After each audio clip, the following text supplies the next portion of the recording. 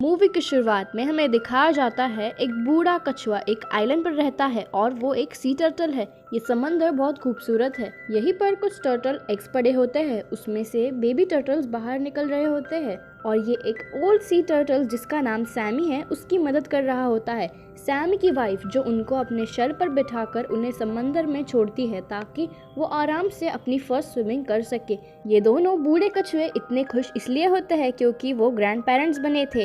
ये इन्हीं की जनरेशन थी, ये इसलिए ज्यादा खुश है। अब यहाँ पर एक ग्रे सी टर्टल आता है जो कि सैमी का दोस्त होता है। ये लोग बातें कर रहे होते हैं। देखते ही देखते वहाँ पर बहुत सारे सीगल्स आते हैं जो बेबी टर्टल्स को देखकर उनका शिकार करना चाहते थे। उनके मुंह में पानी आ रहा था। अब वो दोनों सी टर्टल्स उनको भगाने की कोशिश कर रहे थे पर वो भाग नहीं रहे थे। यहाँ पर आइलैंड पर कुछ हलचल देखकर वहाँ कुछ हंटर्स आते हैं और वो इन पे नेट डालते हैं। इस नेट में सैमी, उसका दोस्त और एक सीगल फंस जाता है। सैमी जल्दी से अपने ग्रैंड चिल्ड्रंस को यानी कि बेबी टर्टल्स को वहाँ से आज़ाद करता है और कहता है अपनी दादी के पास चले जाओ। बेबी टर्टल्स अपने दादा को ऐसा जाते देख बहुत उदास होते हैं और शिकारी उन ओल्ड टर्टल्स को अपनी बोट में ले जाते हैं। वहाँ पर एक वाटर टैंक में डाल देते हैं। वहाँ उन बूढ़े टर्टल्स को एक लॉबस्टर मिलता है। वो काफी गुस्से में लग रहा था। तभी हम देखते हैं कि उस नेट के साथ दो बेबी टर्टल्स भी आ गए हैं जो अपने दादा के पीछे आए थे। ये भी उस वाटर टैंक में कूद जाते हैं।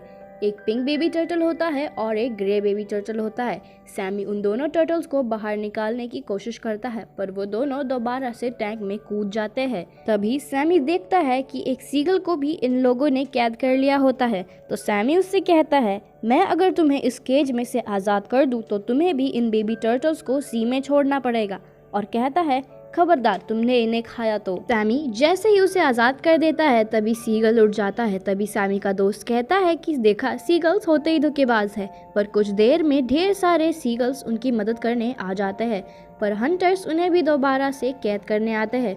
तो सीगल्स को वहाँ से भागना पड़ जाता है। वो टर्टल्स तभी उस टैंक में एक फिश को पाते हैं। वो उससे पूछते हैं कि तुम यहाँ पर क्या कर रहे हो। तभी फिश बताती है कि इन लोगों ने मुझे भी पकड़ लिया है और एक एक्वेरियम में छोड़ देंगे। मैं वहाँ से भाग तो निकला था लेकिन दोबारा से पकड़ा गया और अब यहाँ हूँ। ये लोग हमें दोबारा से दुबई के एक एक्वेरियम में ले जा रहे हैं। अब कुछ देर बाद उन्हें उस जगह पर पहुँचा दिया जाता है जहाँ पे हंटर्स दुबई के एक्वेरियम के मैनेजर को इन लोगों को सेल कर देता है। अब जब उन टर्टल्स को बाहर निकाला जाता है तो बेबी टर्टल्स काफी डर जाते हैं और टैंक में ही छुपे रहते हैं। अब सैमी और उसके दोस्त को अंडर वाटर एक्वेरियम में डाला जाता है जहाँ पे वो लोग उन्हें देखने आते हैं और बहुत खुश होते हैं। पर वो दोनों ओल्ड सी टर्टल्स इस बात से खुश नहीं होते क्योंकि उन्हें अपनी जिंदगी के कुछ आखिरी दिन आराम से गुजारना चाहते थे, ना कि इस एक्वेरियम में। तभी वो दोनों नोटिस करते हैं कि उनके ग्रैंडसन्स यहाँ पर नहीं है। वो उन्हें ढूंढने लगते हैं। उधर वो हंटर्स उस टैंक को दोबारा से समंदर में डालकर साफ करने के लिए खाली कर देते हैं। तो दोनों बेबी टर्टल्स भी दोबारा से समंदर में चले जाते हैं। उधर उन दोनों ओल्ड सी टर्टल्स को कुछ फिशेस बताती है कि यहाँ पर एक सी हॉर्स भी है जो कि उनकी वहाँ से बाहर निकलने में मदद कर सकता है और वो सी हॉर्स उन्हें आकर मिलता है। अब वो सी हॉर्स उन्हें एक जगह पर ले आता है जो कि एक सीक्रेट जगह होती है। उन्होंने अपनी एक टनल बनाई होती है ताकि वो वहाँ से भाग निकल सके। उधर बेबी टर्टल्स अपने ग्रैंडफादर को ढूंढ रहे होते हैं। अब उन्हें समंदर में फिरते फिरते एक बेबी ऑक्टोपस मिल जाती है जो बहुत अच्छी और प्यारी होती है। उनमें जल्दी दोस्ती हो जाती है। तो बेबी ऑक्टोपस उन बेबी टर्टल्स को अपनी मॉम से मिलवाने जाती है। मॉम ऑक्टोपस अपनी बेबी से पूछती है कि तुम में दोस्ती कैसे हुई। तो बेबी ऑक्टोपस बताती है कि ये दोनों अपने ग्रैंडफादर को ढूंढ रहे थे और यहाँ पर बेबी टर्टल्स बोलने लगते हैं कि हमारे दादाजी को पकड़ लिया गया है, क्या आप उन्हें ढूंढने में मेरी मदद कर सकती है। पहले तो ऑक्टोपस नहीं मानती लेकिन फिर मान जाती है और एक्वेरियम की तरफ निकल पड़ती है। अब वो फिश जो शुरू में सैमी और उसके दोस्त के साथ थी वो उन्हें बताने लगती है कि एक दिन शुरुआत में एक सफाई करने वाला आया था तो मैंने ऐसा प्रिटेंड किया था कि मैं मर गई हूँ। फिर उसने मुझे उठाकर ट्रैश में डाल दिया और फिर समंदर में फेंक दिया और इस तरह मैंने अपनी जान बचाई। लेकिन मैं फिर से पकड़ा गया और वहाँ पे सी हॉर्स आ जाता है और कहने लगता है मैं मदद कर रहा हूँ ना, तो मुझसे मदद मांगो। क्योंकि उसमें बहुत ईगो था और वो खुद को लीडर समझता था। तो उन्हें एक ऐसे एरिया में ले जाता है जहाँ पे पेंगुइन्स होते हैं और अब वो सारे फिशेस और सारे सी क्रीचर्स मिलकर जा रहे होते हैं। तभी वहाँ पर एक लॉबस्टर आ जाता है। अब वो उसे भी काट कर खा लिया जाएगा। वो सभी सी हॉर्स से बात करने लगते हैं, लेकिन वो जवाब देता है कि ये उसकी अपनी गलती थी, मुझे दोष मत दो, चलो मैं तुम लोगों को दूसरा तरीका बताता हूँ। उसके बाद वो लोग एक डॉल्फिन के पास आते हैं और अब वाला प्लान ये था कि सारे लोग डॉल्फिन के मुंह में छिप जाएंगे और वे एक्वेरियम में चले जाते हैं जहाँ पर बड़ी मछलियाँ होती है, जहाँ उन्हें खाना डाला जाता है या उन्हें अंदर किया जाता है। वो जगह काफी बड़ी होती है, ये सारे वहाँ से बड़े आराम से निकल सकते थे, तो इसलिए दो छोटी मछलियाँ डेमो देने के लिए जाती है, पर बड़ी फिशेस उन्हें खा लेती है।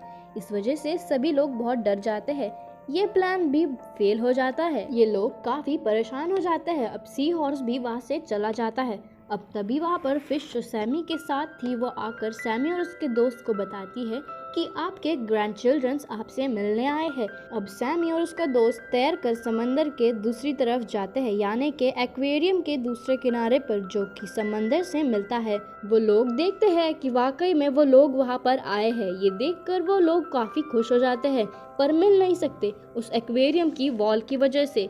तभी सैमी देखता है कि दो बड़ी खतरनाक मछलियाँ उन बेबी टर्टल्स को खाने के लिए आ रही होती है। उनको बचने के लिए कहता है, लेकिन कांच के कारण उसकी आवाज उन बेबी टर्टल तक नहीं पहुंच पाती है। पर जल्द ही उनको पता चल जाता है और वो अपनी जान बचाने के लिए इधर उधर भागने लगते हैं। अब उधर बेबी टर्टल अपनी जान बचाते हुए भाग रहे थे और एक्वेरियम में घुसने की कोशिश भी कर रहे थे, और उनके साथ जब बेबी ऑक्टोपस आई थी वो एक जगह फंस जाती है। तो बेबी टर्टल्स उसे आज़ाद करवाते हैं। बेबी ऑक्टोपस कहती है कि मैं अपनी मॉम को बुला कर लाती हूँ, वो हमारी हेल्प कर सकेंगी। दोनों बेबी टर्टल्स अंदर जाने की कोशिश करते हैं, पर वो वेंट में खींचे चले जाते हैं और उसमें से बेबी टर्टल्स जाल में फंस जाता है और ग्रीन टर्टल अंदर पहुंच जाता है। तभी लकीली वहाँ पर बेबी ऑक्टोपस और उसकी मॉम पहुंच जाती है और ग्रे टर्टल को बचा लेती है। तभी वहाँ पर ग्रीन टर्टल भी पहुंच जाता है और कहने लगता है कि दादाजी के पास एक प्लान है। जो इंक आप लोग फेंकते हैं, यानी कि जो ब्लैक इंक आप लोग अपने बॉडी से फेंकते हैं, वो खुद पर लगाकर ये प्रिटेंड करेंगे कि वो लोग मर गए हैं और इस तरह उनको एक्वेरियम से बाहर निकाल दिया जाएगा। तो इसके लिए आपको इस तरफ आना होगा और डार्क इंक स्प्रे करनी होगी। इस बात को लेकर ऑक्टोपस मान जाते हैं। सिर्फ यही नहीं, बस मॉम ऑक्टोपस अपने साथियों को भी अपने साथ ले आती है, ताकि जितनी ज़्यादा डार्क इंक होगी उतना ज़्यादा सब कुछ रियल लगेगा। अब आपको प्लान के बारे में बताते हैं। जिस जगह से सैम और उसका दोस्त होते हैं, उस जगह पर एक छेद होता है। बेबी ऑक्टोपस और उनके दोस्त उस वेंट की दूसरी तरफ होते हैं। उधर स्पेस होने की वजह से इंक वहां से ऊपर की तरफ जा सकती है। उधर सैम और उसका दोस्त का ये प्लान होता है कि जैसे ही मरने की एक्टिंग करेंगे और साथ ही ब्लैक इंक ऊपर आएगी तो सभी सोचेंगे कि हम लोग मर गए हैं। जब वो सबको अपने प्लान के बारे में बता रहा होता है तो ये सब कुछ सुनकर सी हॉर्स बहुत जेलस होता है, क्योंकि ये तो लोगों की नज़रों में लीडर बन रहा है। उसे पकड़वाने के लिए लोग भेजता है, उसको कैद करने की कोशिश करता है।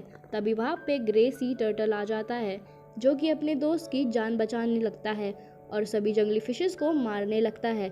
तभी वहाँ पे सारी फिशेस आ जाती है और सी हॉर्स से कहती है कि हमें तुम्हारी प्लानिंग समझ में आ गई है। तुम कभी चाहते ही नहीं थे कि हम यहाँ से निकले ताकि हम यहाँ पर रहे और तुम हमारे लीडर बनकर हम पे रौब झाड़ते रहो। तुम वो टनल खुदवा रहे थे क्योंकि वो सब एक दिखावा था, ताकि हम सबको लगे कि तुम्हें सचमुच में हमारी फिक्र है और तुम्हारी बात मानते रहे। सभी क्रीचर सैमी की बात मानते हुए ये वेंट की तरफ चले जाते हैं। अब उनकी प्लानिंग के मुताबिक जैसे ही वेंट के पास आ जाते हैं तो ऑक्टोपस को पता चल जाता है कि ब्लैक इंक फेंकने का टाइम आ गया है। सारे ऑक्टोपस उसी वेंट में ब्लैक इंक फेंकते हैं। धीरे धीरे सारा समंदर का पानी काला हो जाता है और सी क्रीचर्स ऐसा दिखाते हैं कि वो इससे मर गए हैं या फिर बेहोश हो गए हैं। तभी वहाँ पर मैनेजर की टीम आ जाती है। उनको ये लगता है कि पूरे समंदर में ऑयल टैंकर गिर गया है और वहाँ पर फैल गया है, तो क्रीचर्स की जान को खतरा हो सकता है। ऐसे में इन्हें यहाँ से बाहर निकाल लेना चाहिए।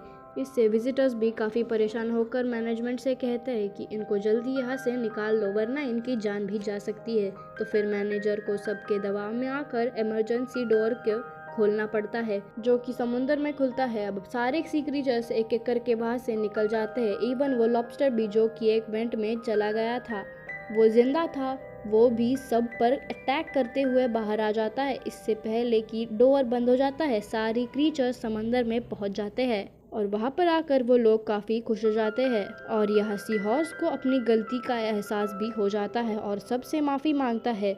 इस बात को एक्सेप्ट कर लेता है कि उनकी जान बचाने वाला सैमी और उसका दोस्त ही है। सैमी और उसके दोस्त अपनी फैमिली के पास आइलैंड पर वापस चले जाते हैं और सभी उनके मिलकर बहुत खुश हो जाते हैं।